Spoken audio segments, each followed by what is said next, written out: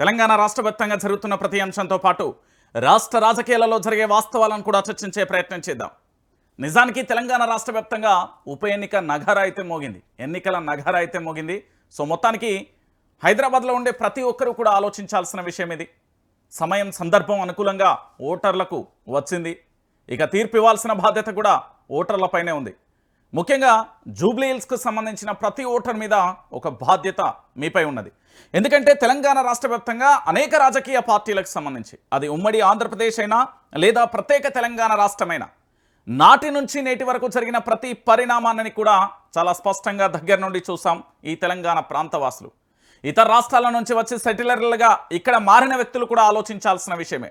నాటి పాలన బాగుందా, నేటి పాలన బాగుందా, తెలంగాణలో జరుగుతున్న వాస్తవ కోణాలను కూడా ఒక్కసారి ఆలోచించమని నేను విజ్ఞప్తి చేస్తున్నా. ఎందుకంటే తెలంగాణ ప్రాంత ప్రజలరా, ఇన్నాళ్ళు జరిగిన పరిపాలన ఒక ఎత్తు, ఇప్పుడు జరుగుతున్న పరిపాలన మరో ఎత్తు. నాటి రాజకీయాలు ఒక ఎత్తు, నేటి రాజకీయాలు మరో ఎత్తు. ఎందుకంటే ఇప్పటికే తెలంగాణ ప్రాంత ప్రజలు భారీగా మోసపోయారు. గోసపడుతున్న తీరు కూడా మీరు చూస్తున్నారు. ఒక్క ఎన్నిక తెలంగాణ తలరాతనే మార్చాలి.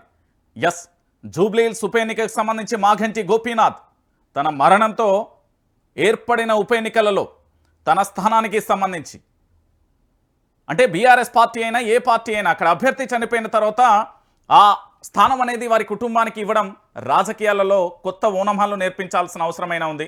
సో ప్రత్యర్థి పార్టీలకు సంబంధించి ఒక ఆడబిడ్డను పట్టుకుని ఇష్టానుసారంగా లేదా మాగంటి గోపీనాథ్కు సంబంధించి మరణంపై అనేక రకాలుగా వివాదాస్పదమైన వ్యాఖ్యలు చేస్తున్న తరుణం కూడా మనం చూస్తున్నాం. సో ఇప్పుడు జరిగిన పరిణామాలలో కొన్ని వ్యూహాత్మకమైన ఘట్టాలే ఉన్నాయి. నేనేమంటున్నానంటే తెలంగాణ ప్రాంత ప్రజలందరికీ చెప్తున్నా, ముఖ్యంగా జూబ్లీ హిల్స్ ఉప ఎన్నికలు ఉన్నాయి. ఈ ఉప ఎన్నికలలో గట్టి తీర్పు ఇవ్వాల్సిన బాధ్యత కూడా మీపై ఉంది. జూబ్లీ హిల్స్కు సంబంధించిన ఓటర్లందరూ కూడా మీరు ఒక్కసారి ఆలోచించండి. నాటి కేసీఆర్ అంటే తెలంగాణ రాష్ట్రాన్ని తీసుకొచ్చిన ఉద్యమకారుడు, ఉద్యమ రథసారథి. నేటి కేసీఆర్ అంటే ప్రభుత్వానికి పూర్తి స్థాయిలో విపక్ష పాత్ర పోషిస్తున్న కేసీఆర్. జూబ్లీ హిల్స్ ఉప ఎన్నికలకు సంబంధించి మనం ఎక్కడ చూసినా ఒకటే అంశం ప్రధానంగా తెర మీదికి వస్తున్నది. ఆడబిడ్డ వర్సెస్ కాంగ్రెస్ పార్టీకి సంబంధించిన అభ్యర్థి నవీన్ యాదవ్ చరిత్రేంది, మాగంటి గోపీనాథ్ చరిత్రేంది, మాగంటి గోపీనాథ్ కుటుంబ సభ్యుల మీద వరుస ఆరోపణలకు సంబంధించి ఏం జరుగుతుంది అనేది చాలా స్పష్టంగా లోతుగా కూడా ఆలోచిద్దాం. దానికంటే ముందు నాటి పాలన నేటి పాలన ఎందుకన్నా, నాడు కేసీఆర్ ఉన్నప్పుడు ఏం జరిగింది, ఈ తెలంగాణలో జరుగుతున్న ప్రతి అంశం ఓటర్ మహాశైలు ప్రతి ఒక్కరు జూబ్లీ హిల్స్ ఉప ఎన్నికకు సంబంధించిన ప్రతి ఓటర్ కూడా మీరు ఆలోచించాల్సిన విషయం. మీ చేతిలో ఇప్పుడు AK-47 లాంటి ఒక గన్ ఉంది. దాని పేరే ఓటు. ఓటే అనే ఆయుధంతో మీరు తూటాలను ప్రభుత్వంపై పేలుస్తారో లేదా విపక్ష పార్టీలకు సంబంధించి ప్రజల పక్షాన పోరాటం చేస్తూ ఉంటే వాళ్ళకి ఇంకా మద్దతు ఇస్తారో మీ ఇష్టం. నేను మీకు కొన్ని అంశాలను తెర మీదకి తీసుకొస్తున్నా. కాంగ్రెస్ పార్టీకి సంబంధించి మరి ఇచ్చిన హామీలేంటి, ఇప్పటి వరకు పూర్తి స్థాయిలో కూడా అనేక సార్లు జరిగిన అంశం ఏంటి అనేది కూడా ఒకసారి చెప్తాను. 6 గ్యారెంటీలు, 13 అంశాలు, 420 హామీలు 100 రోజులలో పూర్తి చేస్తామని కాంగ్రెస్ పార్టీ చెప్పిన మాట వాస్తవం కదా. దానితో పాటు తెలంగాణలో ఉన్న 4 కోట్ల మంది, దాంట్లో 40 లక్షల మంది నిరుద్యోగులు. అంటే ఈ తెలంగాణలో లగచర్ల అనే ఘటనను ఒక్కసారి గుర్తు చేసుకోండి. అర్ధరాత్రి నిజాం కాలం నాటి కాలను గుర్తు చేస్తూ ఆనాడు బూట్ల సౌండ్లతో ఏ విధంగా లగచర్లలో ఓ గ్రామంపై విరుచుకుపడిలో చూశారు. దాని తర్వాత RRR ఎవరి అవసరాల కోసం, ఎవరి స్వార్థాల కోసం, ఎవరి స్వార్థపూరిత రాజకీయాల కోసం RRR అనేది అలైన్మెంట్ మార్చారు అనేది మరో అంశాన్ని కూడా గుర్తుపెట్టుకోరు. ఇక నిరుద్యోగులకు సంబంధించి ఉద్యోగ అవకాశాలు కల్పిస్తామంటూ వాళ్ళు ధర్నా చేస్తే వాళ్ళని ఎంత క్రూరంగా దారుణంగా అరెస్టు చేశారో చూశారు.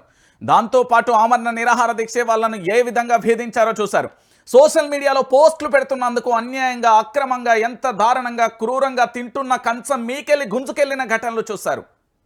ఈ పరిణామాలన్నీ మీరందరూ దయచేసి ఆలోచించాలి. ఓటర్లందరూ ఓటు వేసేది కేవలం ఇక్కడ లిక్కర్ కోసమో, బిర్యానీ పొట్లాల కోసమో, డబ్బులు ఆశ చూపో, లేకపోతే మా నేత, మావాడు, మాకు ఆపదొస్తే కష్టం వస్తే ఆదుకుంటాడనే విషయాన్ని అన్నీ పక్కన పెడదాం. మీకు ఆపదొచ్చినా కష్టం వచ్చినా ఆ తర్వాత చేతులెత్తేసే రాజకీయ కుటీల రాజకీయ వ్యవస్థలో ఇప్పుడు మనం ఉన్నాం. ఇక్కడ పూర్తిగా కూడా కాంగ్రెస్ పార్టీ అధికారంలోకి వచ్చి ప్రజల్ని ఎంత ఇబ్బంది పెట్టింది, ఇక్కడ యువతని ఎంత టార్చర్ చేసింది, దాంతోపాటుగా ప్రశ్నించే గొంతుకలు మాలాంటి వాళ్ళపై ఎంత దారుణంగా క్రూరంగా వ్యవహరించింది అనే అంశాన్ని కూడా మీరు చూశారు. జూబ్లీ హిల్స్ ఎన్నిక అనేది నిజంగా తెలంగాణ తలరాతను మార్చే ఎన్నిక.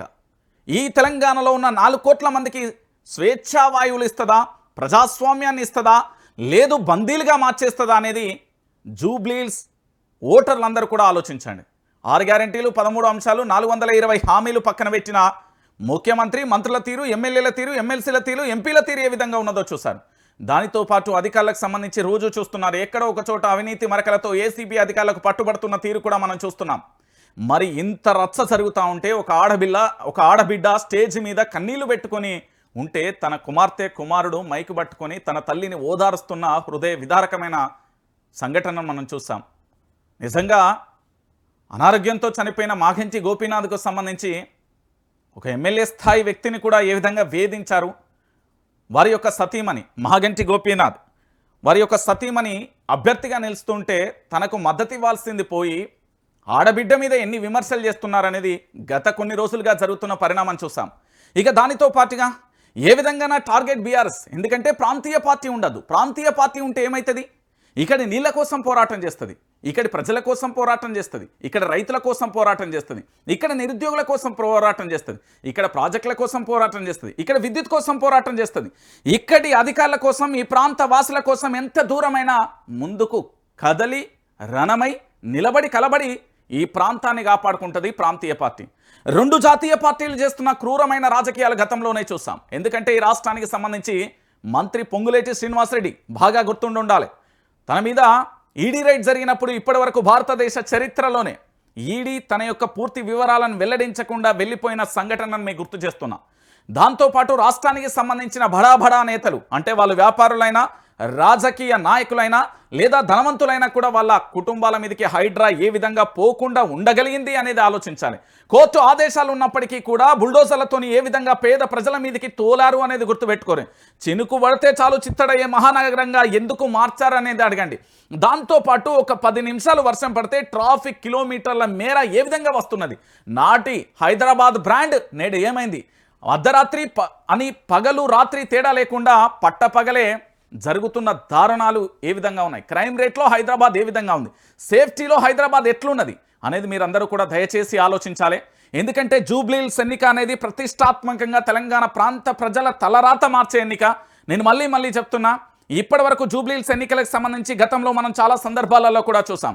ఇప్పుడు కూడా మీరు మళ్ళీ ఆలోచించండి. ఒక ఆడబిడ్డ పక్కన నిలబడి కలబడి మనం నిల్చొని గెలిపిద్దామా, లేకపోతే మరెవరి పక్కన ఉంటారో మీ ఇష్టం.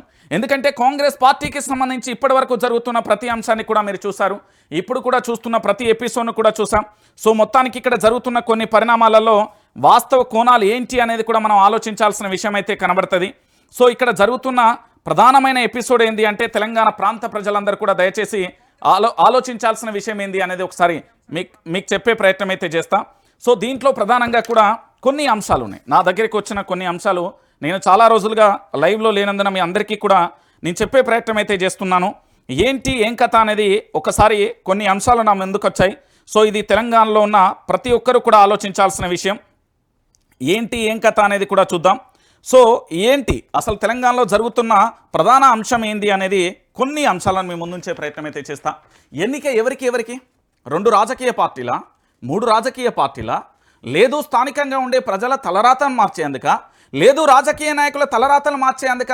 మార్పు పేరుతో వచ్చిన కాంగ్రెస్ ప్రభుత్వం ఎవల చేతులలో ఎవరి తలరాత మార్చింది ఒకసారి మీరు ఆలోచించాలి. మార్పు పేరుతో కాంగ్రెస్ పార్టీ అధికారంలోకి వచ్చిన తర్వాత జరిగిన మార్పు ఏంటి? ఎవరి కోసం మార్పు వచ్చింది? ఎందువల్ల మార్పు వచ్చింది?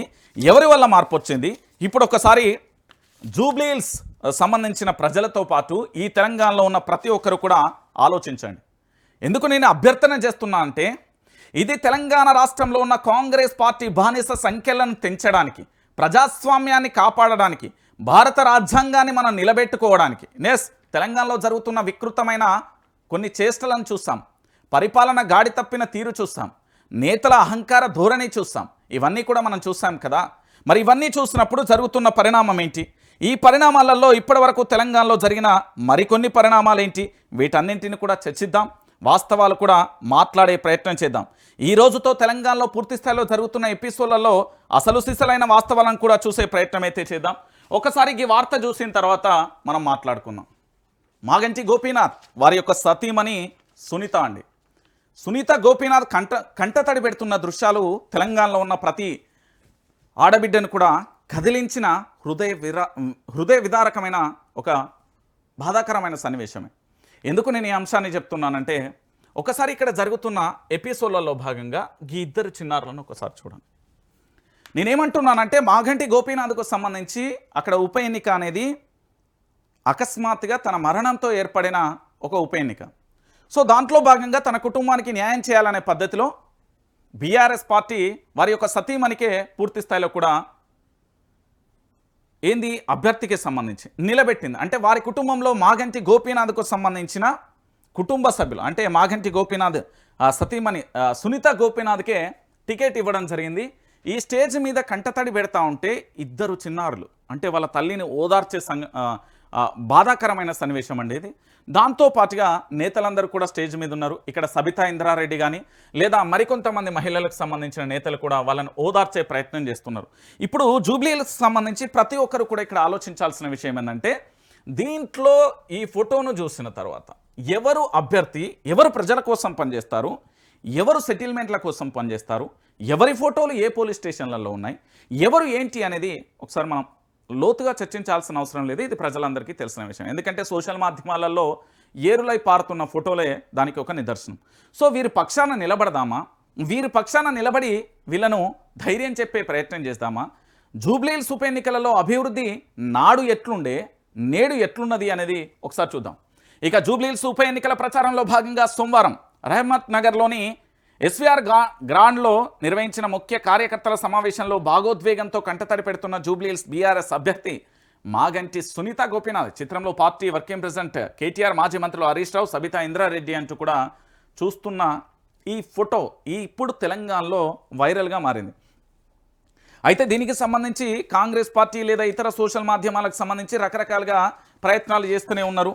అనేక రకాలుగా కూడా వాళ్ళను అంటే ఇబ్బంది పెట్టే ప్రయత్నం అయితే జరుగుతున్నది అనేది వాస్తవమైన విషయం.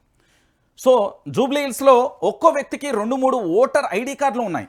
ఒకే అడ్రస్తో ఒక్కొక్కరు 3-4 పేర్లు నమోదు చేయించుకుంటున్నారు. ఒకే వ్యక్తికి అక్షరాలను మార్చి అనేక సార్లు ఓటర్లుగా నమోదు చేయించారు. ఈ వివరాలన్నీ ఎన్నికల కమిషన్ వెబ్సైట్ నుండి తీసుకున్నవే. ఇప్పుడు దీనికి కాంగ్రెస్ ప్రభుత్వం సమాధానం చెప్తుందా, ఎన్నికల కమిషన్ సమాధానం చెప్తుందా? ఎట్లా పుడతాయండి నాకు అర్థం కాదు. ఎవరి ప్రోద్బలంతో ఇప్పుడు చదువుకున్న వాళ్ళందరూ కూడా అక్కడ అధికారులే కదా, అధికారులు ఈ ఓటర్ నమోదు కార్యక్రమాన్ని చేస్తారు కదా. ఈ విధంగా జరిగిందంటే ప్రభుత్వం ఎంత అద్భుతంగా పనిచేస్తున్నదో ఈ ఒక్క అంశంతో మీకు అర్థమైపోతుంది. జూబ్లీహిల్స్ ఎన్నికలలో ఇప్పుడు జరుగుతున్న ఈ ఉప ఎన్నికలలో ఎక్కడ చూసినా కూడా బోగస్ ఓట్లే కనబడుతున్నాయి. ఎటువైపు చూసినా కూడా బోగస్ ఓట్లే ఎందుకు వస్తున్నాయి? బోగస్ ఓట్లు రావడానికి బలమైన కారణం ఏంటి? అరే ఒక వ్యక్తి మీద 1 కాదు 2 కాదు, ఒకే ఇంట్లో 84 గజాలు ఏమో ఉండదు, అందులో దాదాపుగా 84 గజాలు ఉండదండి. ఇగో ఇక్కడెక్కడో ఉంటుంది చూడుర్రి, ఇక చూడుర్రి 80 గజాల ఇంట్లో 24 ఓట్లు ఎట్లా వచ్చినాయండి? 80 గజాల ఇంట్లో 24 ఓట్లు ఎట్లా వచ్చినాయి? ఎక్కడి నుండి వచ్చినాయి? అంటే ఓటమి భయంతో ప్రభుత్వం ఇంత నీచానికి ఒడిపడుతుందా? అధికారులు అందరూ ఏం చేస్తున్నట్టు? ఎన్నికల కమిషన్ ఏం చేస్తున్నది? ఈ బోగస్ ఓట్లు ఎట్లా వస్తాయి? అంటే ఎవరి ఇష్టానుసారంగా వాళ్ళు ఓటర్ నమోదు చేసుకోవచ్చా? ఇదా మన యొక్క అద్భుతమైన ఎన్నికల కమిషన్? దీని మీద ఎన్నికల కమిషన్ ఎంత విచారణకు ఆదేశించినా వైఫల్యం వాళ్ళదే. ఎన్నికల కమిషన్కు సంబంధించి వైఫల్యం వాళ్ళదే.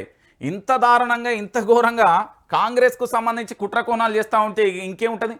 కాంగ్రెస్ దొంగ ఓట్ల కుట్ర. జూబ్లీహిల్స్ నియోజకవర్గంలో ఇప్పటిదాకా 20,000 దొంగ ఓట్లు మా దృష్టికి వచ్చినాయి. 400 బూతులలో దొంగ ఓట్లు రాయించారు. ఒక్కొక్క వ్యక్తి 3 ఓటర్ ఐడి కార్డులు ఉన్నాయి. పూర్తి స్థాయిలో విచారణ జరిపి ఇంకా ఎన్ని నకిలీ ఓట్లు ఉన్నాయో ఏది ఎన్నికల కమిషన్ తేల్చాల్సిన అవసరం ఉంది. దొంగ ఓట్లు తొలగించి ఎన్నికలు జరపాలి, లేదంటే న్యాయస్థానాలలో తేల్చుకుంటాం. దొంగ ఓట్లపై పార్టీ నేతలతో కలిసి రాష్ట్ర ఎన్నికల ప్రధానాధికారికి కేటీఆర్ ఫిర్యాదు, విచారణ జరిపిస్తామని ఎస్ఈఓ చెప్పినట్లుగా వెల్లడించిన బీఆర్ఎస్ వర్కింగ్ ప్రెసిడెంట్ కేటీఆర్ అంటూ కూడా చెప్తున్న పరిస్థితి కనబడుతుంది. నేనేమంటున్నానంటే ఈ దొంగ ఓట్లకు సంబంధించి ప్రమేయం ఎవరున్నది అక్కడ పూర్తి స్థాయిలో తేల్చాల్సిన అవసరం ఉంది. ఈ దొంగ ఓట్లు ఏ విధంగా నమోదు చేస్తారు? ఎన్నికల అధికారులకు సంబంధించి ఓటర్ నమోదు ప్రక్రియలో ఒక్కొక్క 80 గజాల ఇంట్లో 34 ఓట్లు ఎట్లా వచ్చినాయి? 34 ఓట్లు ఎట్లా కనబడుతున్నాయి? ఈ 80 గజాల ఇంట్లోనే ఇక్కడ పూర్తి స్థాయిలో ఎన్ని 24 34 24 ఓట్లు ఎట్లా వచ్చినాయి? 24 ఓట్లు ఎట్లా వచ్చినాయి? 80 గజాల స్థలంలో 80 గజాల ఇంట్లో 24 ఓట్లు ఎట్లా వచ్చినాయి? అంటే ఎన్నికల కమిషన్ మొద్దు నిద్రలో ఉందా? ఎన్నికలకు సంబంధించిన అధికారులు మొద్దు నిద్రలో ఉన్నా? ఎన్నికలకు సంబంధించిన ఓటర్ నమోదు కార్యక్రమంలో మొద్దు నిద్రలో, లేదా ప్రభుత్వం యొక్క అలసత్వం, లేదా ఇంకేం చెప్పాలో నాకైతే అర్థమవుతలేదు. ఎందుకంటే ప్రభుత్వం యొక్క పరిపాలన ఎంత దద్దమ్మ పరిపాలన ఉంది అంటే ఇది నిదర్శనం అనేది ఇంకోటి చెప్తున్నా. ఇక గుట్టలుగా ఓట్ చోరీ ఘటనలు బీఆర్ఎస్ క్షేత్రస్థాయి పరిశీలనలో మరిన్ని వెలుగులోకి. అపార్ట్మెంట్ల అడ్రస్లతో భారీగా బోగస్ ఓట్ల నమోదు. వెంగళరావు నగరంలో ఒకే ఇంట్లో 27 ఓట్లతో 24 బోగస్తే. నియోజకవర్గ వ్యాప్తంగా కూడా వేలాది మందికి రెండేసి ఓట్లు ఈసీ పరిశీలిస్తే మరిన్ని బయటపడతాయి. బీఆర్ఎస్ కాంగ్రెస్ ఓట్ చోరీ ఉదంతాలు తవ్వే కొద్దీ బయటపడుతున్నాయి. జూబ్లీహిల్స్ నియోజకవర్గంలో బీఆర్ఎస్ ప్రతినిధులు చేపట్టిన క్షేత్రస్థాయి పరిశీలనలో విస్తుపోయే విషయాలు వెలుగులోకి వస్తున్నాయి. జూబ్లీహిల్స్ నియోజకవర్గంలో కాంగ్రెస్ పార్టీ వేలాదిగా దొంగ ఓట్లను సృష్టిస్తున్నట్లుగా ఆరోపణలు వెలువెత్తుతున్న సంగతి తెలిసిందే.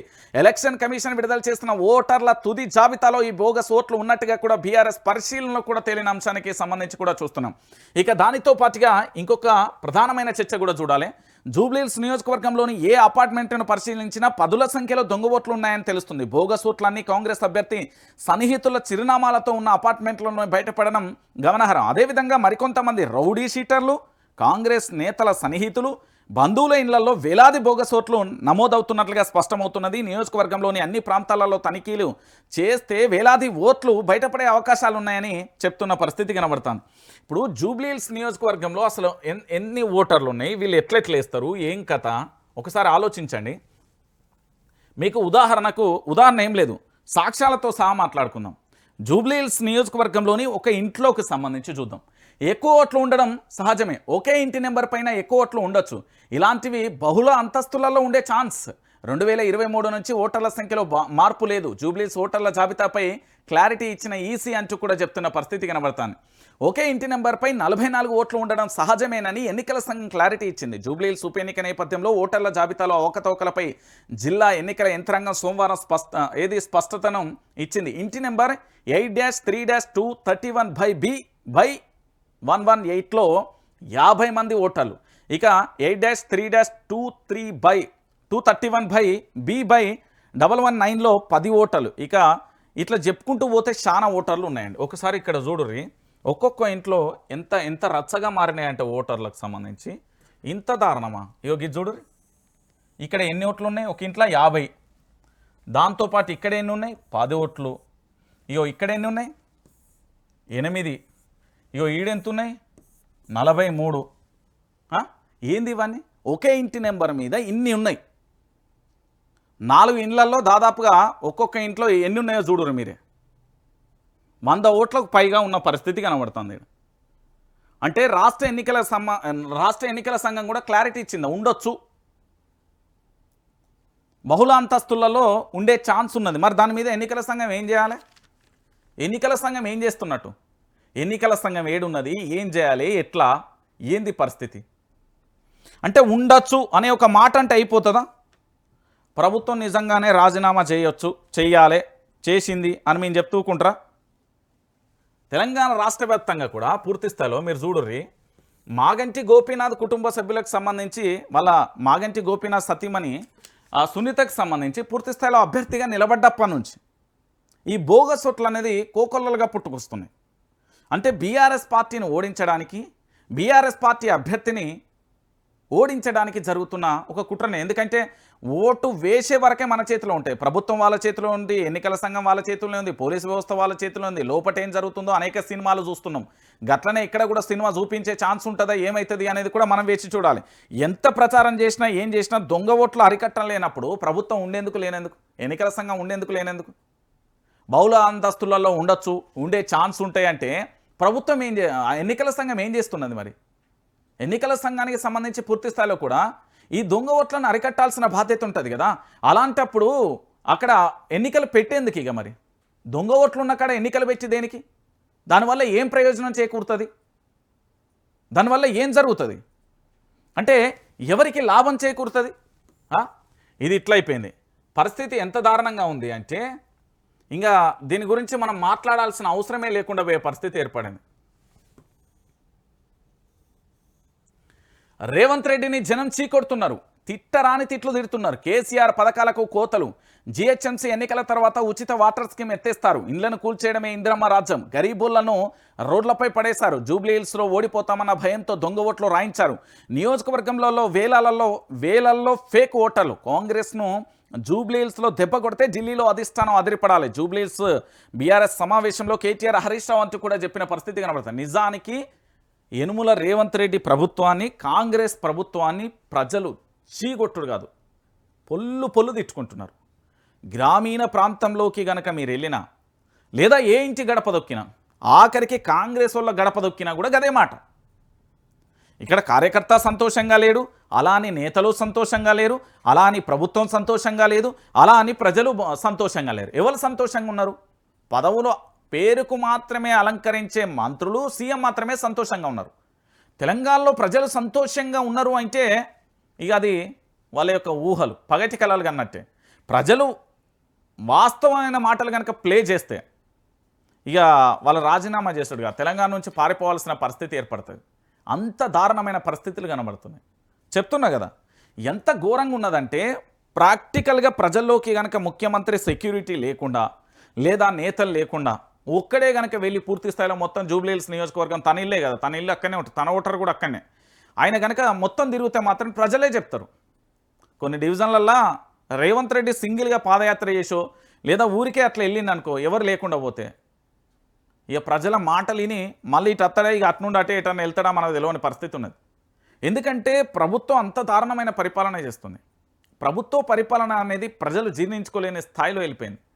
అంత భయంకరంగా ఉన్నది అనేది వాస్తవమైన విషయం. దీంట్లో మనం ఎవ్వరు ఏమనాల్సిన అవసరం లేదు. 4 కోట్ల మంది ప్రజలు తెలంగాణలో, ఓటరు మహాశయులు ఉన్నారు, చదువుకున్న మేధావులు ఉన్నాయి, అనేక సంఘాలు ఉన్నాయి, అనేక రకాలుగా ప్రశ్నించే గొంతుకలు ఉన్నాయి. తెలంగాణలో యావత్తు సమాజం కూడా ప్రభుత్వ పరిపాలన ఒక కంటితో పూర్తిగా కూడా అబ్జర్వ్ చేస్తున్నది. ప్రజలందరూ అబ్జర్వ్ చేస్తున్నారు. అసలు ప్రభుత్వం ఏం చేస్తున్నది, మంత్రులు ఏం చేస్తున్నారు, ఎమ్మెల్యేలు ఏం చేస్తున్నారు, ఎంపీలు ఏం చేస్తున్నారు, ఎన్నికలు రాగానే గారడి మాటలు ఎట్లున్నాయి, ఎన్నికలు అయిపోగానే వీళ్ళు ఎక్కడ పత్త కనబడతారు, సమస్యలు ఉంటే వీళ్ళు ఎందుకు కనబడతలేరు, అక్కడ పోలీస్ వ్యవస్థను ఎందుకు ఉంటుంది, అక్కడ నేతలు ఎందుకుంటారు, ఆ సమస్యలను పరిష్కరించడానికి ఎందుకు రావట్లేదు, ఇన్ని సమస్యలు ఉన్న కాడ ఎందుకు ఇట్లా నేతలు జంప్ అవుతున్నారు అనేది కూడా చర్చ కొనసాగుతున్నది. ఎందుకంటే రాష్ట్ర వ్యాప్తంగా ఈ చర్చ కొనసాగుతున్నది.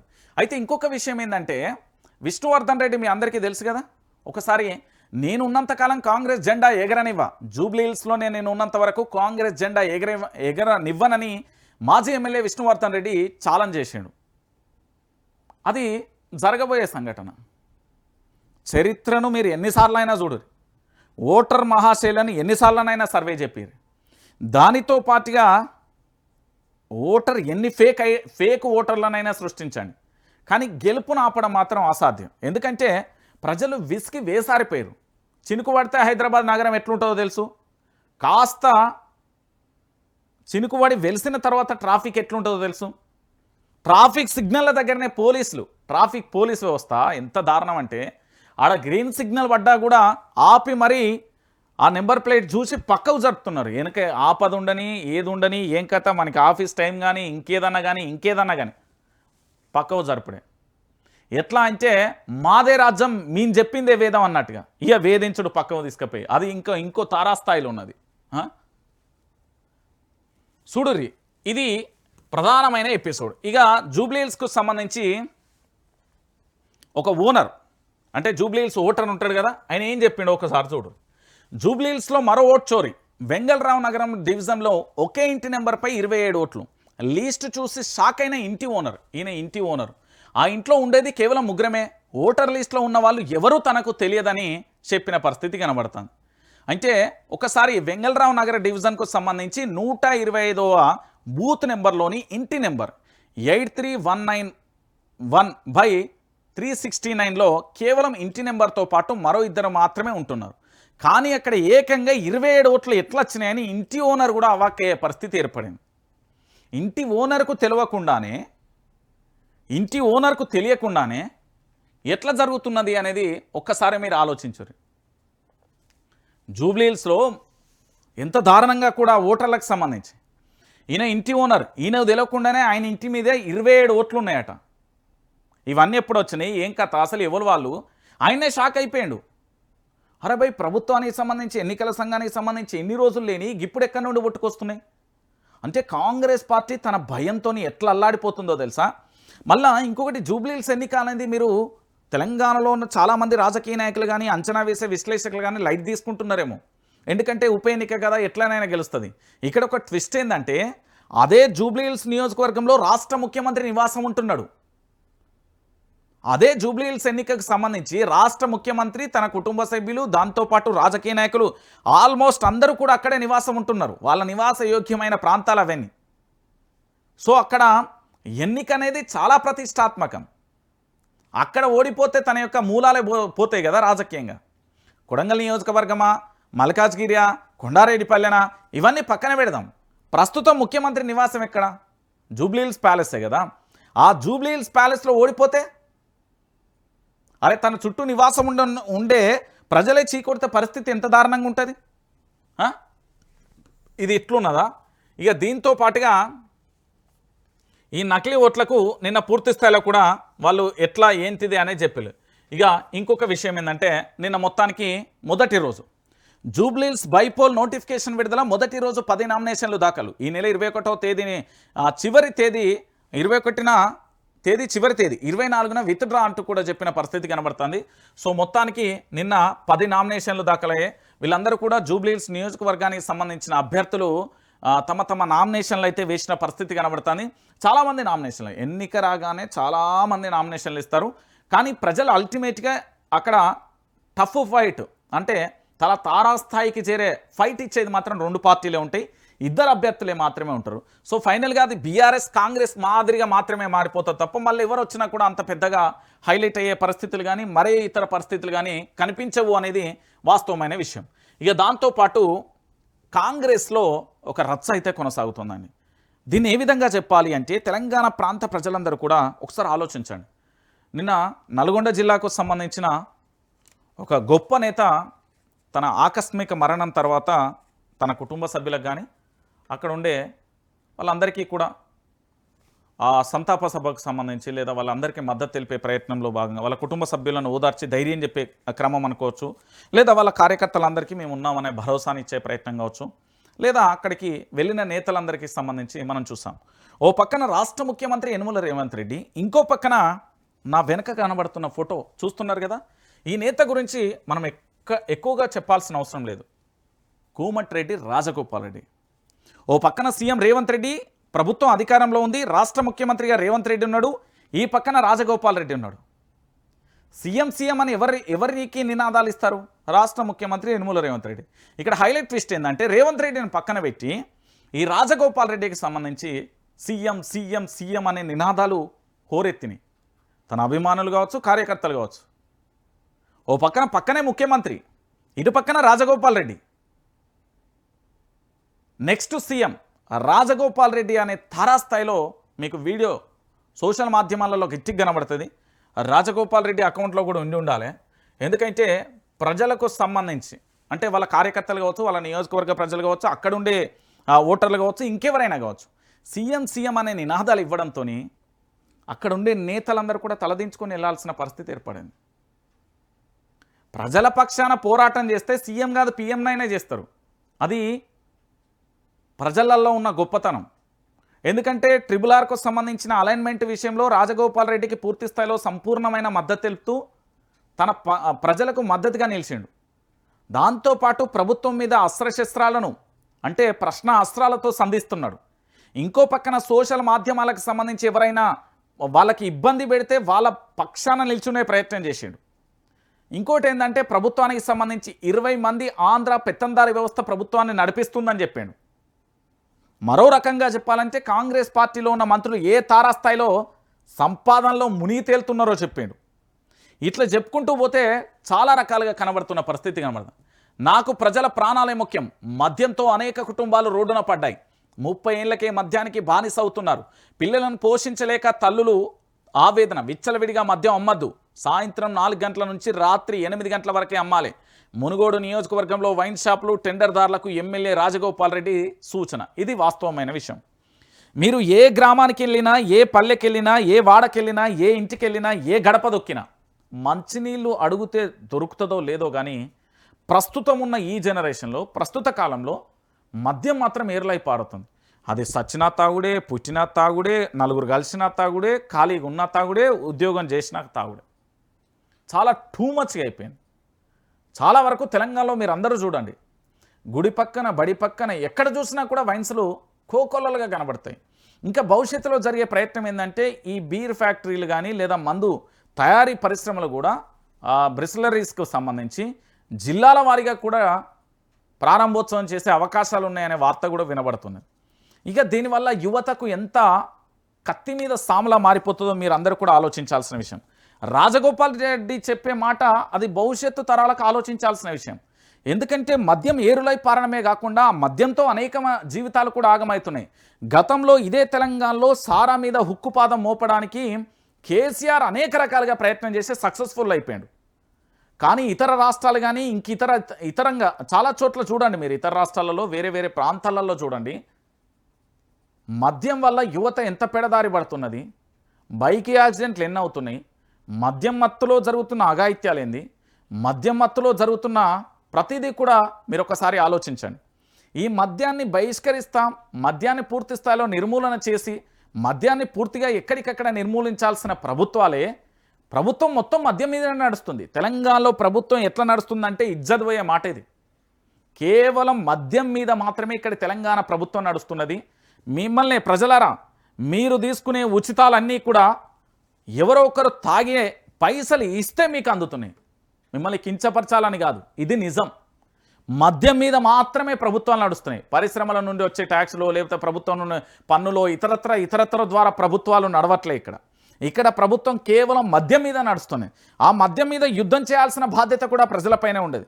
ఆనాడు ఉండే ఎంత స్ఫూర్తిదాయకంగా ఉండే ఒక 10 సంవత్సరాల క్రితం గ్రామాలలో సారా నిర్మూలన కోసం మహిళా సంఘాలన్నీ కూడా నడుం బిగించేవి, యువత అంతా కూడా కదం దొక్కేది. కానీ నేడు అలాంటి స్ఫూర్తి, అలాంటి పోరాటం ఎక్కడ కనబడతలేదు. మరి ఎందుకు అలాంటి పరిస్థితులు వచ్చినాయో, ఎందుకు అలాంటి పరిస్థితులు కనబడుతున్నాయో ఇప్పటికీ కూడా అర్థం కాని పరిస్థితి. నిజానికి రాజగోపాల్ రెడ్డి ఏ మాటకు ఆ మాట, అబ్బా ఆయనకు సెల్యూట్. నిజంగా ఇలాంటి మొగోడు కాంగ్రెస్ పార్టీ కాదు, ఏ పార్టీకైనా అవసరం. ప్రభుత్వం అధికారంలో ఉంది, రాష్ట్ర ముఖ్యమంత్రి యనుమల రేవంత్ రెడ్డి, మళ్ళీ కాంగ్రెస్ పార్టీకి సంబంధించిన Munugode MLA, member of legislative assembly సభ్యుడు, కాంగ్రెస్ పార్టీ సభ్యత్వం ఉన్న వ్యక్తి, అదే ప్రభుత్వం మీద ప్రశ్నించి ప్రజల పక్షాన నిల్చుంటుండు, ప్రజల పక్షాన పోరాటం చేస్తుండు, ప్రజల పక్షాన పూర్తిగా కూడా మొత్తం ప్రజలందరినీ కూడా ఎక్కడికక్కడ కడిగి పారేస్తాం, ప్రజల పక్షాన్ని నిల్చొని ప్రభుత్వాన్ని కడిగి పారేస్తున్న పరిస్థితి కనబడుతుంది. ఓ పక్కన రాష్ట్ర ముఖ్యమంత్రి వచ్చిన ఆ సభకు సంబంధించి అక్కడ వాళ్ళ కుటుంబాన్ని ఓదార్చే ప్రయత్నం కావచ్చు, కానీ అక్కడ మొత్తం సీఎం అనే నినాదాలు విన్న తర్వాత చాలామంది రాజకీయ నాయకుల చర్చ ఏందట తెలుసా, ఏసీలలో ఊకున్న సలజెంటలు పడుతున్నాయట. ఆర్థికంగా ఉన్నాడు, ప్రజలలో గట్టిగా ఉన్నాడు. సో పూర్తిగా భవిష్యత్తులో మరి సీఎం అనే ఆ మాట ఎంతవరకు సఫలీకృతం అవుతుందని మనం వేచి చూద్దాం. కానీ ఇప్పటి వరకు మాత్రం ప్రజల పక్షాన RRR అలైన్మెంట్ విషయంలో కానీ, సోషల్ మీడియా వ్యక్తుల మీద పెట్టే కేసులు కానీ, డిజిటల్ మీడియా కానీ, లేదా జర్నలిస్టులను ఇబ్బంది పెట్టే ప్రయత్నం కానీ, లేదా ఫేస్బుక్ ఇతర మాధ్యమాలలో ఇబ్బంది పెట్టడం కానీ, లేదా అనేక మందికి సాయం చేయడం కానీ, ప్రభుత్వం చేయలేని పనులు తన నియోజకవర్గంలో పూర్తిగా కూడా ఒక స్కూలు విషయంలో కూడా జరుగుతున్న పరిణామాలని రాజగోపాల్ రెడ్డిని చూసుకొని కాంగ్రెస్ పార్టీ చాలామంది నేతలు మారుర్రి, ఈయన లెక్క మారుర్రి, ఈయన లెక్క పోరాటం చేయరు. ఈయనే మీకు రియల్ హీరో. కాంగ్రెస్ పార్టీ నాయకులందరూ ఈయనను ఆదర్శంగా తీసుకోవాలి, ఏ మాటకా మాట చెప్పాలి, గంతే. ఇక దాంట్లో విషయమే లేదు. ఇక దాంతోపాటుగా నిన్న రామచందర్రావు అంటే బీజేపీ పార్టీకి సంబంధించిన రాష్ట్ర అధ్యక్షుడు ఒక బాంబు పేల్చాడు. ఇది రాజకీయ ప్రకంపనలు జరగాల్సిన విషయం. నిజంగా రామచందర్రావుకు సంబంధించి చేసిన ఒక్క అంశం తెలంగాణ రాష్ట్ర రాజకీయాలలో సంచలనంగా మారాలి. కానీ దీన్ని ఎక్కడికక్కడ తొక్కిపట్టే ప్రయత్నం కానీ, ఈ మాటను బయటికి ఎక్కడా కూడా రానివ్వకుండా తొక్కిపట్టేసే కొంతమంది నేతలు మీడియాను కంట్రోల్ చేసే ప్రయత్నం చేస్తాం. ఆయన చెప్పిన మాట సాదాసీదా మాట కాదు. కాంగ్రెస్ ఎంఐఎం ఒకటే, ఎంఐఎం అభ్యర్థి కాంగ్రెస్ సింబల్పై పోటీ, హస్తంతో పతంగి ఎగరవేయాలని చూస్తున్నారు. జూబ్లీహిల్స్లో బీజేపీ పైనే బీజేపీ అసలైన ప్రతిపక్షం, బీజేపీ చీఫ్ రామచందర్రావు అంటూ కూడా చూస్తున్న పరిస్థితి కన్నా. నేనేమంటున్నానంటే కాంగ్రెస్ పార్టీ దాంతోపాటుగా ఎంఐఎం పార్టీ ఇప్పుడు రెండు ఒకటే. లోపాయికార ఒప్పందం కాదు, బహిరంగంగా కూడా ఒప్పందం. ఎందుకంటే ప్రభుత్వం ఏది అధికారంలో ఉంటే ఎంఐఎం వాళ్ళ చుట్టూ తిరుగుతుంది. ఇది బియాన్ ప్రాక్టికల్. మీరు ఎక్కడికి వెళ్ళినా కూడా కనిపించే దృశ్యాలు ఎన్ని ప్రభుత్వాలు మా నాడు అయినా నేడు అయినా రేపు అయినా ఏదైనా కూడా మీ అందరికీ తెలిసిన విషయమే. కాంగ్రెస్ పార్టీ దాంతోపాటు ఎంఐఎం రెండు ఒకటే. సో ఇండైరెక్ట్గా మద్దతు ఇచ్చినా డైరెక్ట్గా మద్దతు ఇచ్చినా ఇవైతే వాస్తవమైన విషయం. సో ఇప్పటికైనా ప్రజలందరూ కూడా ఆలోచించాలి. ఎందుకంటే రాజకీయంగా తన అభ్యర్థిని గెలిపించుకోవడానికి దొంగ ఓట్లను సృష్టించిళ్ళు. దాంతోపాటు రెండు పార్టీలు కలిసి ఆడుతున్న నాటకం. మూడోది ఏంటంటే ఇప్పటి వరకు ప్రజలు ఎదుర్కొన్న అవస్థలను కూడా ప్రతి ఒక్కరు కూడా మనం ఆలోచించాల్సిన విషయం. ఇక దాంతోపాటుగా మరొక అంశాన్ని కూడా చూద్దాం. సో మొత్తానికి ఏం జరిగింది ఏం కథ అనేది కూడా చూద్దాం. మీ అందరికీ తెలిసిన విషయమే. ఏది జడ్చర్ల ఎమ్మెల్యే అనిరుద్ధ్ రెడ్డికి సంబంధించి ఒక సంచలనమైన స్టేట్మెంట్ ఇచ్చిండు. సంచులు మోసేటోళ్ళు కాంగ్రెస్కు ఒక్కేర్లేదు. సర్పంచ్ పదవి కోసం సొంత తమ్ముని చంపిన నేతలతో ఎప్పటికైనా ప్రమాదమే. ఎమ్మెల్యే పదవి కోసం నన్ను చంపొచ్చు. జడ్చర్ల ఎమ్మెల్యే అనిరుద్ధ్ రెడ్డి తీవ్ర వ్యాఖ్యలు. ఎర్రశేఖర్ కాంగ్రెస్లో చేరతారన్న వార్తలపై ఫైర్. పరోక్షంగా సీఎం పైనే ఎమ్మెల్యే సెటైర్లు అంటూ కూడా చెప్తున్న పరిస్థితి కనబడుతుంది. కాంగ్రెస్ పార్టీ అనేది ఎట్లున్నది తెలుసా? ఇవాళ రేపు ఈ పేపర్ ఉన్నది కదా, దీన్ని ఏమంటారు? షించుతే ఏమైతే ఇట్లా మన భాషలో కుక్కలు చింపిన ఇస్తారకంటారు చూడు, అంతకంటే అధ్వానంగా మారిపోతుంది పార్టీ. నిజంగా కష్టపడ్డ నాయకుడు చూద్దామన్నా కనబడతలేడు అధికారంలోకి వచ్చినాక. పార్టీ అధికారంలోకి రావడానికి జెండా మోసిన నేతలందరూ కూడా కరువైపోయారు. పార్టీ అధికారంలోకి వచ్చిన తర్వాత కాంగ్రెస్ పార్టీకి సంబంధించి చూడలేకపోతున్నారు ఆ నేతలే. ఈరోజు అదే పార్టీకి సంబంధించిన రాజగోపాల్ రెడ్డి ఒక పక్కన తిరుగుబాటు, ఇక్కడ జడ్చర్ల ఎమ్మెల్యే మరో తిరుగుబాటు. సంచులు మోసేటోళ్ళు కాంగ్రెస్ పార్టీకి అవసరం లేదు. ఎవరు సంచులు మోస్తుళ్ళు ఎట్లా మోస్తున్నారు అందని మీ అందరికీ తెలిసిన విషయమే. ఇంకొకటి ఏంటంటే ఇక్కడ పదవుల కోసం లేదా ఇతరత్ర కోసం ఎంత దారుణంగా మారిపోతున్నారు పార్టీకి సంబంధించి. పార్టీ ముఖ్యమంత్రి మీద తీవ్ర స్థాయిలో కూడా మొదటి నుండి కూడా జడ్చర్ల ఎమ్మెల్యే పోరాటం నిజంగా సాహసోపితమే. 10 మంది ఎమ్మెల్యేలతో సమావేశం కానీ, దానితో పాటుగా ఇతరత్ర సమావేశాలు జరిగినప్పుడు కానీ మీరు చూస్తూనే ఉన్నారు. చాలా సందర్భాల్లో కూడా జడ్చర్ల ఎమ్మెల్యే పోరాటం ఎట్లా జరిగింది. మంత్రి పొంగులేటి శ్రీనివాసరెడ్డి మీద ఫిర్యాదు కానీ, మంత్రి పొంగులేటి శ్రీనివాసరెడ్డి విషయంలో ఫైర్ అవ్వడం కానీ, మంత్రి పొంగులేటి శ్రీనివాసరెడ్డి విషయంలో ఏ విధంగా మాట్లాడిండు అనేది మనందరం చూస్తాం. సో మొత్తానికి ఇక్కడ జరుగుతున్నది ఏంటంటే సంచులు మోస్టోలు కాంగ్రెస్కి అవసరం లేదు. సర్పంచి పదవి కోసం తోబుట్టిన తమ్మున్నే చంపిన ఈ నీచులు కూడా మాకు అవసరం లేదు అనే కోణంలో ఈయన పూర్తి స్థాయిలో. ఇంకొక విషయం ఏంటంటే ప్రమాదంలో జడ్చర్ల ఎమ్మెల్యే ఉన్నాడు అనేది వాస్తవం. ఆయన అభద్రతా భావంతో మాట్లాడట్లేదు లేదా ఇతరత్ర కూడా మాట్లాడట్లేదు. ఆయన క్లారిటీగా క్లియర్గా కూడా మాట్లాడుతున్నాడు. ఎందుకంటే ఎమ్మెల్యే పదవి కోసం నన్ను చంపొచ్చు అనే స్టేట్మెంట్ రాష్ట్ర ముఖ్యమంత్రి కానీ స్పందించలే, లేదా జిల్లాకు సంబంధించిన మంత్రులు స్పందించలే, లేదా పోలీసు యంత్రాంగం దాని మీద ఏది ఒక ఎమ్మెల్యే ఆ స్థాయిలో మాట్లాడిండు అంటే కూడా దాని మీద ఇక్కడి వరకు స్పందన లేదు. జడ్చర్ల ప్రజలందరికీ కూడా అనేక అనుమానాలు పునరావృతం అవుతున్నాయి. ఏంది అంటే మా ఎమ్మెల్యేకే రక్షణ లేనప్పుడు ఇక్కడ మా నియోజకవర్గంలో పరిస్థితి ఏంది అనేది కూడా శాంతి భద్రతల విషయంలో కూడా ఆలోచించాల్సిన విషయం ఇది. ఒక ఎమ్మెల్యే తన నోటి నుండి తాను ఏ విధంగా నన్ను చంపొచ్చు అని మాట్లాడుతున్నాడు అంటే ఆ ఎమ్మెల్యేకు సంబంధించి ఎన్ని బెదిరింపులు వస్తున్నాయి, లేకపోతే ఆ ఎమ్మెల్యేకి సంబంధించి అంత బాహాటంగా మాట్లాడాడంటే పూర్తి స్థాయిలో అతను టార్గెట్లో ఉన్నట్టా, లేకపోతే అతను ఏం చేయదలుచుకుంటున్నారు అనేది కూడా ఒకసారి ఆలోచించాలి. మరి దీని మీద ముఖ్యమంత్రి కానీ మంత్రులు కానీ డీజీపీ కానీ ఏమైనా మాట్లాడతారా, లేదా ఆ జిల్లాకు సంబంధించిన ఎస్పీ ఏమైనా మాట్లాడే ఛాన్సెస్ ఉంటుందా లేదా అనేది కూడా మనం ఆలోచించాల్సిన విషయం. ఎందుకు ఈ మాట చెప్తున్నానంటే జడ్చర్లకు సంబంధించిన ఎమ్మెల్యే అనిరుద్ధ్ రెడ్డికి సంబంధించి చేసిన వ్యాఖ్యలు రాష్ట్ర రాజకీయాలలో పెనుదుమారం. అంటే తనను చంపడానికి ప్రయత్నం చేస్తున్నారు, ఒక ఎమ్మెల్యేని టార్గెట్ చేసి ఒక ఎమ్మెల్యేని లేపేయడానికి చేస్తున్నాడు అంటే ఇంతకంటే ఘోరమైన పరిస్థితి ఇంకేముంటుందండి. ఎందుకంటే ఇక్కడ జరుగుతున్న అంశం ఇక మీ అందరికీ తెలిసిన విషయమే. మేడారం పెద్దగా చెప్పాల్సిన అవసరం లేదు. ఇది ఒక ఆదివాసీ పేద బిడ్డలకు సంబంధించిన పండుగ. సమ్మక్క సారలమ్మ, పగిడిద్దరాజు, గోవిందరాజుకు సంబంధించి చరిత్ర ఎట్లున్నదో మీ అందరికీ తెలుసు. కాకతీయ సామ్రాజ్యానికి సంబంధించి తెలుసు. గణపతి రాజ్యంలో ఎట్లున్నదో మీ అందరికీ తెలిసిన విషయమే. సో ఓరుగల్లు ప్రజలకు లేదా ములుగు ప్రజలకు సుపరిచితం. అక్కడి ఆరాధ్య దైవం సమ్మక్క సారలమ్మ జాతర. ప్రతి 2 ఏళ్ళక 3 ఏళ్ళక లేదా 24 గంటలు నడుస్తున్నదా అనే విషయాన్ని మనం పక్కన పెడితే మేడారానికి సంబంధించి అంటే ప్రజల యొక్క సెంటిమెంట్స్, ప్రజల యొక్క ఎమోషన్స్, ప్రజలకు సంబంధించి ఒక దైవంగా భావించే సమ్మక్క సారలమ్మ పండుగ రాబోతున్న తరుణంలో అక్కడ టెండర్లు వేసిరు. ఆ టెండర్ల విషయంలో పూర్తిగా కూడా ఆ జిల్లాకు సంబంధించి ఎవరు ఉండాలి? ఇద్దరు మంత్రులు ఉన్నారు. ఎవరెవరు? కొండా సురేఖ ఉన్నది, మంత్రి సీతక్క ఉన్నది. మరి వీళ్ళిద్దరికీ తెలియకుండా, వీళ్ళిద్దరి ప్రమేయం లేకుండా సొంత నియోజకవర్గానికి సంబంధించిన సీతక్కనే పక్కన పెట్టి, సొంత జిల్లాకు సంబంధించిన సురేఖనే పక్కన పెట్టి, పక్క జిల్లాకు సంబంధించిన పొంగులేటికి సంబంధం ఏంటి? నెంబర్ 2 అని చెప్పే పొంగులేటి శ్రీనివాసరెడ్డి విషయంలో ముఖ్యమంత్రికి అంత ప్రేమేంది అనేది ఇప్పుడు రాష్ట్ర రాజకీయాలలో సంచలనంగా మారుతుంది. ఒకసారి ఈ వార్త చూడుర్రి. పొంగులేటి భేటీకి సురేఖ దూరం, సీతక్క మౌనం. మేడారంపై వరంగల్లో పొంగులేటి సమీక్ష. దేవాదాయ శాఖ మంత్రి లేకున్న నిర్ణయాలు. సమీక్షకు ఆ శాఖ ఉన్నతాధికారులు గై హాజరు అంటూ కూడా చెప్తున్న పరిస్థితి కనబడుతుంది. దేవాదాయ శాఖ మంత్రి సురేఖ, నియోజకవర్గానికి సంబంధించిన ఎమ్మెల్యే, దాంతోపాటు మినిస్టర్ సీతక్క, ఖమ్మం జిల్లాకు సంబంధించిన పాలేరు ఎమ్మెల్యే, మినిస్టర్ రెవెన్యూ శాఖ మంత్రి ఈ పెద్ద మనిషి దీని మీద సమీక్షా సమావేశం ఎట్లా ఎత్తాడు? మేడారం మీద పొంగులేటి సమీక్ష చేయడానికి కారణం ఏంటి?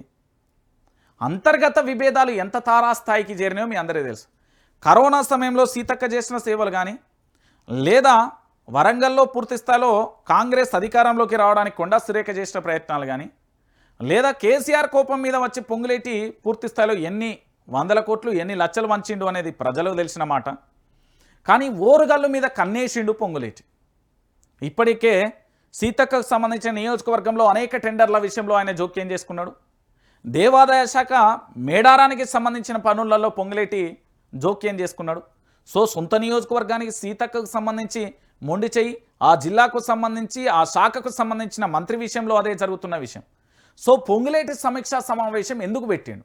తన శాఖ కాదు, జిల్లా పర్యటన చేస్తే చేసుకోవచ్చు, కానీ అతను వేరే శాఖ, రెవెన్యూ శాఖకు సంబంధించిన వ్యక్తి మేడారం మీద వరంగల్లో పొంగులేటి ఎట్లా సమీక్షా సమావేశం పెడతారని ఇద్దరు తెలంగాణ ఆడబిడ్డలు అలిగేలు ఆగ్రహం వ్యక్తం చేస్తున్నారు. ఒక రకంగా చెప్పాలంటే ఆగ్రహ జ్వాలలు వెలగక్కుతున్న పరిస్థితి కనబడదు. ఈ అంశం ఎప్పుడైనా చూడండి, ఇప్పటికే కొండా సురేఖ ముఖ్యమంత్రిగా ఫిర్యాదు చేయడం, ముఖ్యమంత్రి కొండా సురేఖ మీదే కన్నెర్ర చేయడం, అంటే పొంగులేటి రేవంత్ రెడ్డి మధ్య ఉన్న ఒప్పందాలు ఏంది అనేది కూడా మనం చూస్తున్న పరిస్థితి కనబడతాం.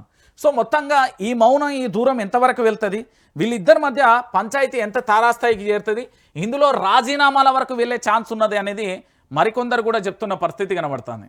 ఇక పాలన ఏమైపోయింది? పూర్తి స్థాయిలో పతనం అయిపోయింది. నేతగా విఫలం, రేవంత్ ఫెయిల్, ఎమ్మెల్యేలను కట్టడి చేయలేక చేతులెత్తేసిన ముఖ్యమంత్రి, రహస్య సమావేశాలు, ఫామ్ హౌస్లలో మీటింగ్లలో ఎమ్మెల్యేలు, రోజుకో కొత్త వివాదం, వర్గపోరుతో రచ్చకెక్కుతున్న కాంగ్రెస్ మంత్రులు ఉత్తమ్, కోమటిరెడ్డి, అడ్లూరి, పొన్నం, నేడు కొండా సురేఖ, పొంగులేటి శ్రీనివాస్. రేవంత్ అసమర్థత వల్లే నిత్యం వివాదాలు, కాంగ్రెస్ చరిత్రలోనే విఫల సీఎంగా రేవంత్. అటు నేతగా ఇటు పాలకుడిగా ముఖ్యమంత్రి రేవంత్ రెడ్డి విఫలమయ్యారన్న విమర్శలు వెలువెత్తుతున్నాయి. ఓవైపు కాంగ్రెస్ అధికారంలోకి వచ్చి 20 నెలలు గడిచిన ఒక్క సంక్షేమ పథకాన్ని కూడా పూర్తి స్థాయిలో అమలు చేయలేకపోవడం, మరోవైపు మంత్రులు ఎమ్మెల్యేలు రోజుకో వివాదం, రచకెక్కుతున్న వారిని కట్టడి చేయలేకపోవడమే రేవంత్ వైఫల్యాలకు నిదర్శనమన్న వాదనలు కూడా వినబడుతున్న పరిస్థితి కనబడుతుంది. కాంగ్రెస్ అధికారంలోకి వచ్చి 20 నెలలు గడిచింది, కానీ ఒక్కటంటే ఒక్కొక్క సంక్షేమ పథకాన్ని కూడా పూర్తి స్థాయిలో అమలు చేయలేకపోయింది. పైగా కేసీఆర్ ప్రభుత్వం అమలు చేసిన కేసీఆర్ కిట్టు, న్యూట్రిషన్ కిట్టు వంటి అనేక పథకాలను కూడా పక్కన పెట్టింది.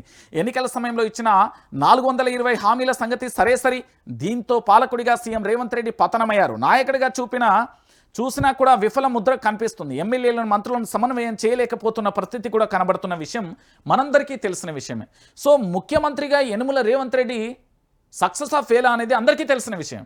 ముఖ్యమంత్రిగా రేవంత్ రెడ్డి ఎంత తారాస్థాయిలో, ఎంత భయంకరమైన పరిస్థితులలో తను ఒక అపకీర్తి వెంటాడుతున్నది అనేది కూడా మనం చూడాల్సిన విషయం.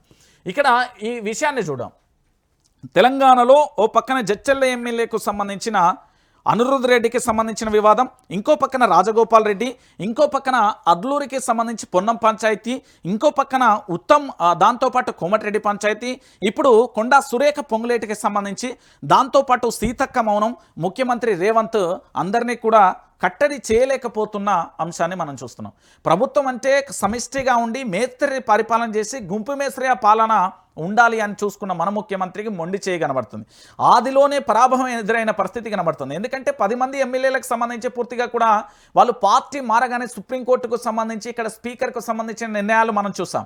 దాంతో పాటుగా ప్రజలలో వ్యతిరేకత ఏ తారాస్థాయికి వచ్చిందో కూడా చూసాం.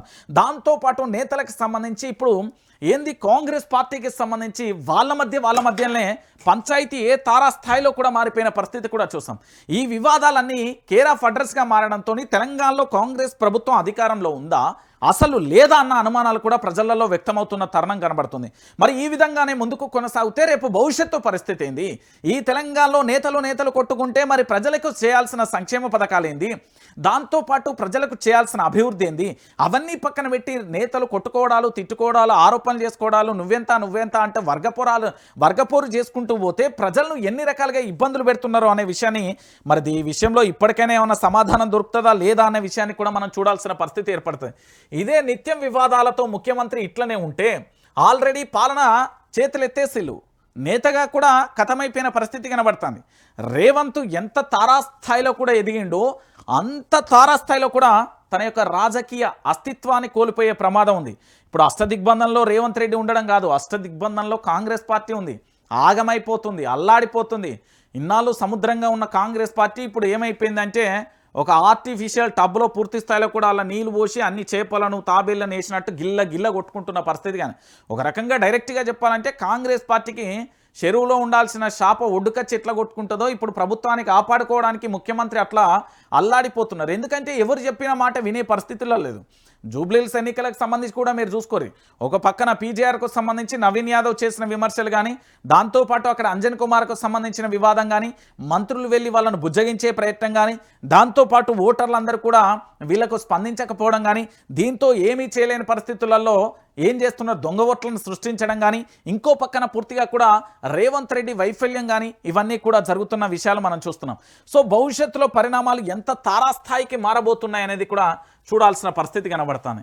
ఇంకా ఇంకొక విషయం, ఇక తెలంగాణలో కీచక పర్వం తెలుసు. ఈ నీచమైన న్యూసెన్స్ వార్తలు అయితే నేను చదవా, చాలా లా అండ్ ఆర్డర్ విషయంలో కానీ ప్రభుత్వం కానీ చాలా ఎంత దారుణంగా తయారైంది అనేది ఆ విషయాన్ని నేను వదిలేస్తా. ఎందుకంటే అలాంటి నీచమైన అంశాన్ని కూడా మనం చూడాల్సిన అవసరం లేదు. సో ఇంకొక అంశాన్ని కూడా చూడండి.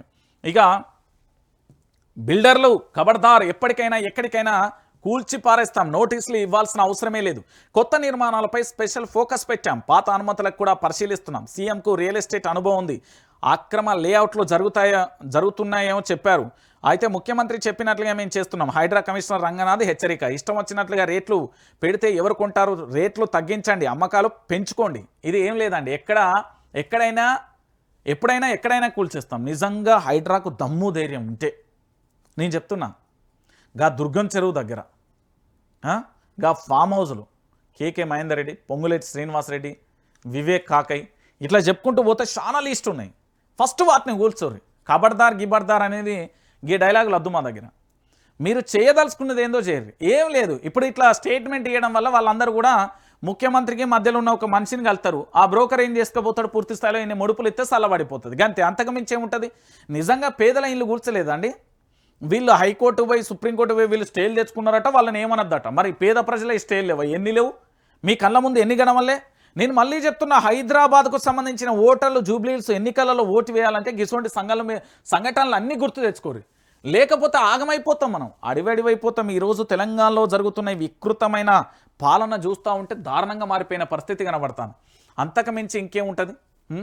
ఇక దాంతోపాటుగా హాస్టళ్లపై నిర్వహించిన సమావేశంలో సీఎం రేవంత్, మంత్రులు, అధికారులు. ఏం జరుగుతున్నది?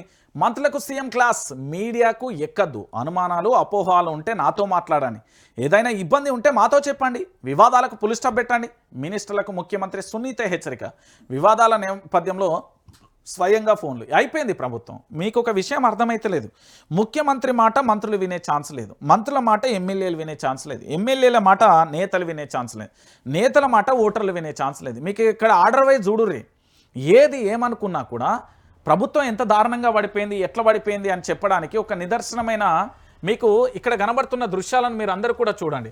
ఇక్కడ తెలంగాణ ప్రాంత ప్రజలందరూ కూడా ఆలోచించండి. ఇక్కడ సీఎం మాట, మినిస్టర్స్ వినే మాట ఎక్కడ కూడా కనబడదు. మినిస్టర్ల మాట ఎవరు వింటారు? ఎమ్మెల్యేలు వినే పరిస్థితులలో లేరు, ఎంపీలు వినే పరిస్థితులలో లేరు, దాంతోపాటు ఎమ్మెల్సీలు వినే పరిస్థితులలో వీళ్ళ మాట. అంటే నేతలు అక్కడ లోకల్లో ఉంటారు కదా, ఎంపీలు, ఎంపీపీ, జెడ్పీటీసీ, వీళ్ళ మాట ఓటర్లు వినే అవకాశం లేదు. ఎందుకంటే ఓటర్లు ఇప్పుడు ఓటర్లు అంటే ప్రజలే కదా, అల్టిమేట్గా చాలా ఏంది తెలంగాణ రాజకీయాలలో జరిగే ప్రతి ఎపిసోడ్ కూడా చూస్తున్న ఎపిసోడ్ కదా. నేనేమంటున్నానంటే సీఎం, మినిస్టర్, ఎమ్మెల్యేలు, ఎమ్మెల్సీలు, ఎంపీలు, దాంతోపాటు అక్కడ లోకల్గా ఉండే జెడ్పీటీసీలుగా కాంగ్రెస్ ఆర్డర్ వైజ్గా ప్రభుత్వం పతనమైపోయిన లిస్ట్ ఇది. ప్రభుత్వం ఎంత దారుణంగా, ఎంత ఘోరంగా పతనమైపోయిందంటే ఇంతకంటే నిదర్శనం ఇంకా మనం చెప్పాల్సిన అవసరం లేదు. రేపు భవిష్యత్తులో ప్రభుత్వం ఉంటుందా లేదా పీక్తుందా అన్న విషయం మనకు పెద్దగా చెప్పాల్సిన ఉంది. ఎందుకంటే ప్రభుత్వం ఉండేది లేదు, ఇక్కడ ప్రభుత్వ పరిపాలన చేసేది. ప్రభుత్వం ఎప్పుడు పోతుందా అని పూజలు చేసేటోళ్ళు ఎక్కున్నారు, ప్రభుత్వం ఎప్పుడు పడిపోవాలని దండం పెట్టేట. ఈ కాంగ్రెస్ పార్టీలో 2-3 మినిస్టర్లు వాళ్ళు మాట్లాడుకుంటే ఏమిరా నాయన, ఏం కారణం ఇది, మనకేం వచ్చిన గోస.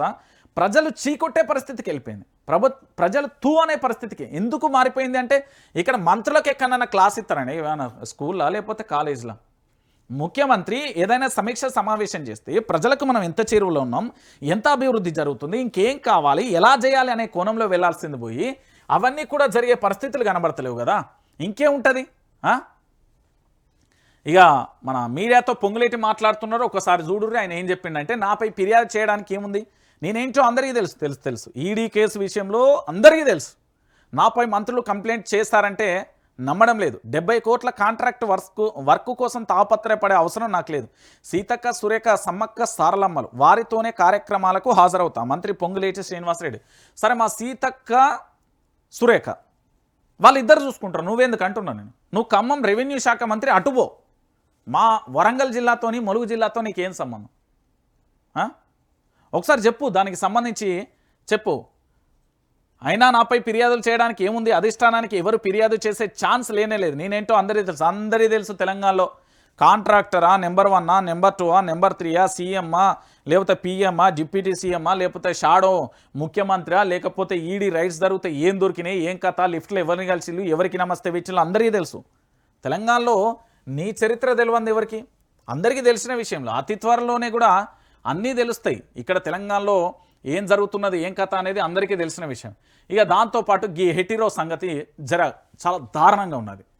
ఈ హెటిరోకి ఒకసారి చూడండి. వివాదాలలో హెటిరో దిగ్గజ ఫార్మా కంపెనీ చట్టవిరుద్ధ పనులు.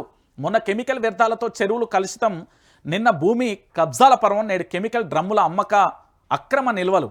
కన్నెత్తి చూడని పీసీబీ డ్రగ్స్ కంట్రోల్ అధికారులు. పెద్దల ఒత్తిళ్లతో కేసులను నీరుగార్చే యత్నం. ఫంక్షన్ హాళ్లలో అక్రమంగా నిల్వ ఉంచిన కెమికల్ డ్రమ్ములు. ఏం చేస్తున్నారా అధికారులు? ముఖ్యమంత్రి ఏం చేస్తున్నారు, మంత్రులు ఏం చేస్తున్నారు, అధికారులు అందరూ ఏం చేస్తున్నారు? మొద్దు నిద్రపోతున్నారు. హెటిరో పరిస్థితి ఏంది, హెటిరో సంగతి ఏంది? హెటిరో ఏం చేసింది? మొన్నటిదాకా కెమికల్ వ్యర్థాలతో మొత్తం చెరువులన్నీ ఆగం చేసింది హెటిరో. దాంతోపాటు ఇప్పుడు ఏం చేస్తున్నా, మొత్తం చెరువులన్నీ కలుషితం చేస్తున్నది హెటిరో. దాంతోపాటుగా భూములను కబ్జా చేసింది హెటిరో. ఇన్ని ఆరోపణలు ఉన్నాయి, దీని మీద ఎంక్వైరీ చేయాలి. ఈ హెటిరో సంస్థకు సంబంధించి కెమికల్ డ్రమ్ములను అక్రమంగా ఎట్లా నిల్వ ఉంచుతుంది, మళ్ళీ అది ఫంక్షన్ హాల్లా ఏంది? ప్రజల ప్రాణాలతో చెలగాటం ఆడుతున్నదా? ఈ హెటిరోకు మద్దతు ఇస్తున్నది ఎవరు? ఈ హెటిరో వెనుక ఉన్న నేత ఎవరు? ఈ హెటిరోకు సంబంధించి ఏంది కథ? ముఖ్యమంత్రి కన్నెత్తి చూడరా, మంత్రులు కన్నెత్తి చూడరా, జిల్లా అధికారులు కన్నెత్తి చూడరా? ఏం చేస్తున్నారు ఆడ? పీసీబీ కానీ డ్రగ్స్ కంట్రోల్ అధికారులు ఏం చేస్తున్నారు? ఏమైనా ముడుపులు పోతున్నాయా? ఎందుకు మీకు అంత భయం? హెటిరో అనగానే మొత్తం ఏదో ఉలిక్కి పడుతున్నారు. ఈ హెటిరో సంగతి ఎందుకు అంతు తేల్చారు? ఈ హెటిరో సంగతి ఎందుకు బయట పెట్టారు? ఈ హెటిరోకు సంబంధించి ఎందుకు బయట పెట్టారు అంటున్నా. ఇది దిగ్గజ పరిశ్రమ కదా, మరి ఫంక్షన్ హాల్లో ఎట్లా కెమికల్ డ్రమ్ములను వస్తుంది? గతంలో ఇదే హెటిరో మీద ఆరోపణలు వచ్చినాయి, కెమికల్ వ్యర్థాలను చెరువులో వదులుతున్నారని. మొన్న ఏమొచ్చింది? భూములకు సంబంధించి కబ్జా చేసింది వచ్చింది. పూర్తి స్థాయిలో కూడా నేడు మొత్తం కూడా డ్రమ్ములకు సంబంధించి, అంటే కెమికల్ డ్రమ్ముల అక్రమ నిల్వ ఎట్లా ఉంచుతారు అంటే దీనికి ఒక పద్ధతి పాడు, రూల్స్ రెగ్యులేషన్స్ ఏముండవు హెటిరోకు? ఇదా హెటిరో? ఎందుకంత భయం? ఎందుకు ఉలికి పడుతున్నారు? దీంట్లో పార్ట్నర్స్ ఎవరు? దీనికి సంబంధించి చరిత్ర ఎందుకు బయట పెట్టరు? దీన్ని పెట్టే ప్రయత్నం మాత్రం చేయరు. నేనేమంటున్నానంటే తెలంగాణ ప్రాంత ప్రజలారా, ఒకసారి మీరు అందరూ కూడా ఆలోచించండి. ఇక్కడ వైఆర్టీవీ తెలుగు న్యూస్ ఛానల్ కనబడుతుంది కదా, ఇది అందరికీ తెలిసిన విషయం కదా. వైఆర్టీవీ తెలుగు న్యూస్ ఛానల్కి సంబంధించి ఇప్పటి వరకు తెలంగాణ రాష్ట్ర వ్యాప్తంగా ప్రతి ఒక్కరికి నేను చెప్పేది ఒకటి, వైఆర్టీవీ తెలుగు న్యూస్ ఛానల్ ప్రతి ఒక్కరు కూడా సబ్స్క్రైబ్ చేసుకోరు. దాంతోపాటు ప్రతి ఒక్కరు కూడా లైక్ చేయండి. ఎందుకు లైక్ చేయాలి? పూర్తిగా కూడా ప్రభుత్వం చేస్తున్న తప్పులను ఎత్తి చూపేస్తున్నాం, వాస్తవాలను మీకు చెప్పే ప్రయత్నం చేస్తున్నాం. దాంతోపాటు ఇది తెలంగాణలో ఉన్న 4 కోట్ల మంది ప్రజలది. ఎందుకంటే ప్రొఫెసర్ జయశంకర్ ఆశయ సాధనతో పుట్టిన ఛానల్, ఉద్యమకారుల ఛానల్, ఉద్యమాల కోసం పుట్టిన ఛానల్. భవిష్యత్తులో చాలా తారాస్థాయిలో ఉద్యమాలు కూడా జరుగుతాయి. ఎందుకంటే ఒక సోషల్ మీడియా దాల్చుకుంటే ఏమైపోతుంది, ఏం కథ అనేది కూడా నేను చెప్పే ప్రయత్నం చేస్తున్నాను. So YRTV Telugu news channel ప్రతి ఒక్కరు కూడా సబ్స్క్రైబ్ చేసుకోండి, లైక్ చేసుకోండి, షేర్ చేయండి.